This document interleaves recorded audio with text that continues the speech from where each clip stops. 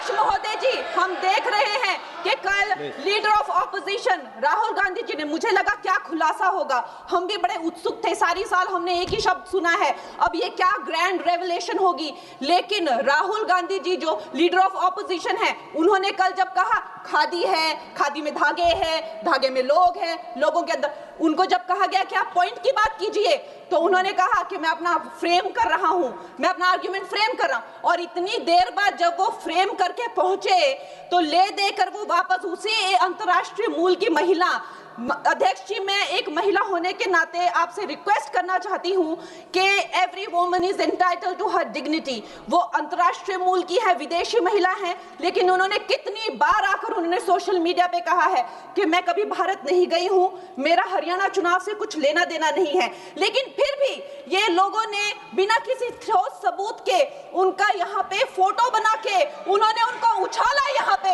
उनकी तस्वीर उछाली यहाँ पर एवरी। और देखिए मान्यवर, भगौड़ा इस समय कौन है पूरा देश जान रहा है। भगौड़ों के बारे में मत कहिए। देश का प्रधानमंत्री गैस के संकट के इस समय में किस गुफा में छुपा हुआ है, पहले उसको निकाल के लाइए। पहले उसको निकाल के लाइए। प्रधानमंत्री किस गुफा में छुपे हुए हैं? प्रधानमंत्री के बारे में आप हमारे ऊपर टिप्पणी कर रहे हैं, का प्रयोग नहीं करेंगे। आप हमारे ऊपर टिप्पणी कर रहे हैं, ये आप हमारे ऊपर टिप्पणी कर रहे हैं। पूरा देश गैस की लाइनों में खड़ा है, यहाँ पर प्रधानमंत्री गुफा में छिपे हुए हैं। प्रधानमंत्री को निकाल के लाइए, प्रधानमंत्री को निकाल के लाइए। मुद्दों पे बात नहीं करेंगे। इस्तेमाल किया है, ये शब्द ठीक नहीं है। अरे मान्यवर, आप मेरा समय जा रहा है मान्यवर महोदय, मान्यवर मेरा समय जा रहा है, कृपा करके समय। जी राम जी ने आपको जी राम जी पर रात को 1:30 बजे तक मैंने चर्चा सुनी, और जब उत्तर देने की बारी आई तो विपक्ष भाग गया था। इसलिए मैं निवेदन कर रहा हूं कि रहना जरूर, एक एक चीज का जवाब दूंगा, एक एक चीज का। दूसरी चीज है, जो भगोड़ा शब्द है उसको उसमें शामिल नहीं करेंगे। जी मान्यवर, बात करते हैं ग्रामीण विकास की, आप बात कर रहे हैं। उज्ज्वला स्कीम के तहत 8 से 10 करोड़ सिलेंडर गांव में आपने बांटे हैं, और 10 से 11 करोड़ सिलेंडर के कनेक्शन लोगों ने अपने आप से लिए हैं। 21 करोड़ सिलेंडर के कनेक्शन गांवों में हैं। मैं आपके माध्यम से इस सरकार से पूछना चाहता हूं, मध्य एशिया के अंदर जो युद्ध चल रहा है इजराइल और अमेरिका और ईरान के बीच में, आप क्यों इजराइल की चमचागिरी में खड़े हो गए, जिसके कारण से हिंदुस्तान को आज गैस का संकट भुगतना पड़ रहा है। पूरा देश लाइन में खड़ा है, गांव लाइन में खड़ा है, शहर लाइन में खड़ा है, एक एक इलाका लाइन में खड़ा है। होटल बंद हो रहे हैं मान्यवर, मोरवी के अंदर गुजरात में टाइल्स की फैक्ट्रियां बंद हो रही है मान्यवर। आपने क्या हालत की है। आप राज्यों के साथ न्याय नहीं करते, आप ग्रामीण व्यवस्था के साथ न्याय नहीं करते। आपने बनारस के अंदर 4200 एकड़ जमीन वहां के किसानों की जबरन कब्जा की। 2013 का जो अधिकरण का नियम है, वो नियम आपने लागू नहीं किया। वहां लाठियों से किसानों को पीट के प्रधानमंत्री के संसदीय क्षेत्र में जमीनें कब्जा करने का काम आपने किया। जो पंजाब पूरे देश का पीडीएस सिस्टम चलाता है, 50% भागीदारी पंजाब के किसानों की होती है। आपने पंजाब के रूरल डेवलपमेंट का 8000 करोड़ रुपए मार के बैठे हुए। आप बताइए क्यों आपने पंजाब का हिस्सा नहीं दिया, क्यों आप वहां के साथ सौतेला व्यवहार कर रहे हैं। बताइए इस देश को और पंजाब के लोगों को। वहां पर बाढ़ आई, आप भी गए थे मंत्री जी वहां पे दुख जताने के लिए। आपने वहां की भयावह परिस्थितियों को देखा था। बावजूद इसके 1600 करोड़ रुपए की मदद आपने घोषित की थी, 16 पैसे आपने पंजाब को नहीं दिए। 16 पैसे, यह आपकी दुर्भावनापूर्ण नीति है जो राज्यों को भुगतनी पड़ रही है, जो देश को भुगतनी पड़ रही है। और ग्रामीण विकास के नाम पर आपने इस देश के गांव में रहने वाली जनता को लगातार धोखा देने का काम किया है, लगातार उनको ठगने का काम किया है। चाहे वो आंगनबाड़ी की स्कीम हो, आंगनबाड़ी की कार्यकर्तियां, हर काम में उनको आप लगा देते हैं, लेकिन आप उनको पैसा देने के नाम पर आपको हंसी आएगी, हंसी आएगी, हंसी आएगी। आंगनबाड़ी की योजना गांव में ही चलती है, गांव में ही चलती है, हंसी आएगी आपको। हर दिन इन्होंने यहाँ पे तमाशा किया है, हमारा दिल दहल जाता था इनको देखकर।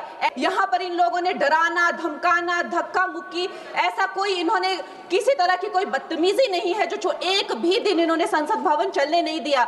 हम जनता के प्रतिनिधि हैं, हम यहाँ पर उनकी आवाज लेकर आते हैं, हम कुछ सीखने आते हैं। मान्यवर, मैं अंत में एक ही बात कहना चाहता हूँ। मंत्री जी ने कहा भागिएगा नहीं। मैं बिल्कुल बैठ के आपकी एक एक बात को सुनूंगा मंत्री जी, ध्यान से सुनूंगा। जितनी बात मैंने कही है उसका पूरा जवाब दीजिएगा, और अगर आप जवाब नहीं दे पाएंगे तो मुझे भी उस वक्त बोलने का अवसर दीजिएगा। आप ही अकेले बोलने का अधिकार रखते हैं, ऐसा नहीं होना चाहिए। और दूसरी बात मान्यवर, दूसरी बात, इस समय भगोड़ा कौन है, ट्रंप की गुलामी कौन कर रहा है, पूरा देश देख रहा है।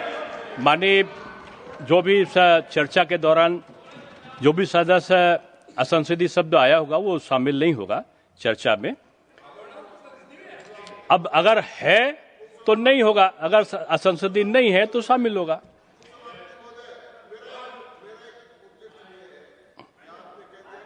नहीं आएगा, लेकिन आजकल जो व्यवस्था है वो दूर संचार के माध्यम से चली जाती है, इसलिए ये भी व्यवस्था होनी चाहिए कि जिसको रिकॉर्ड में नहीं लिया है वो बाहर भी नहीं जाएगा।